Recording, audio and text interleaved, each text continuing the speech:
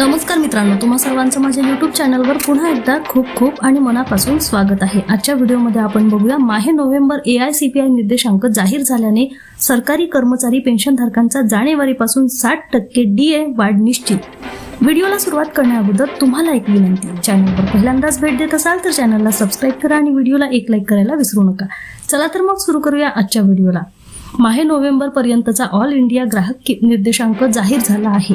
यामुळे सरकारी कर्मचारी तसेच पेन्शनधारकांचा माहे जानेवारीपासून DA निश्चित झाली आहे। महिनानिहाय ऑल इंडिया ग्राहक निर्देशांक व DA मधील वाढ पुढील तक्त्यामध्ये माहिती पाहू शकता।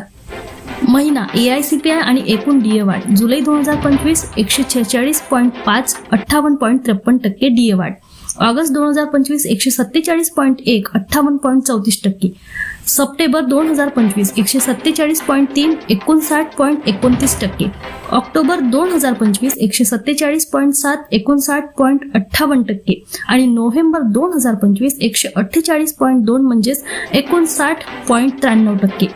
वरील तक्त्याप्रमाणे माहे नोव्हेंबर पर्यंतच्या DA वाढीमुळे एकूण DA 60% पर्यंत निश्चित झालेला आहे।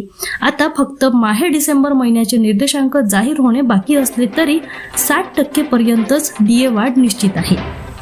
58% वरून 60% DA सदर निर्देशांकाच्या आधारे निश्चितपणे दिनांक 1/1/2026 पासून सरकारी कर्मचारी पेन्शनधारकांना 2% वाढीव DA चा लाभ मिळणार आहे। यामुळे एकूण महागाई भत्ता हा 58% वरून 60% इतका होणार आहे। दिनांक 1/1/2026 पासून नवीन वेतन आयोगाची सुरुवात। दिनांक 1/1/2026 पासून नवीन वेतन आयोग लागू होणार आहे। प्रत्यक्षात माहे सप्टेंबर 2027 पर्यंत वाट पाहावी लागेल, परंतु दिनांक 1/1/2026 पासून 8व्या वेतन आयोगाचा फरक मिळणार आहे। पुन्हा भेटू एका नवीन अपडेटसह, तोपर्यंत धन्यवाद।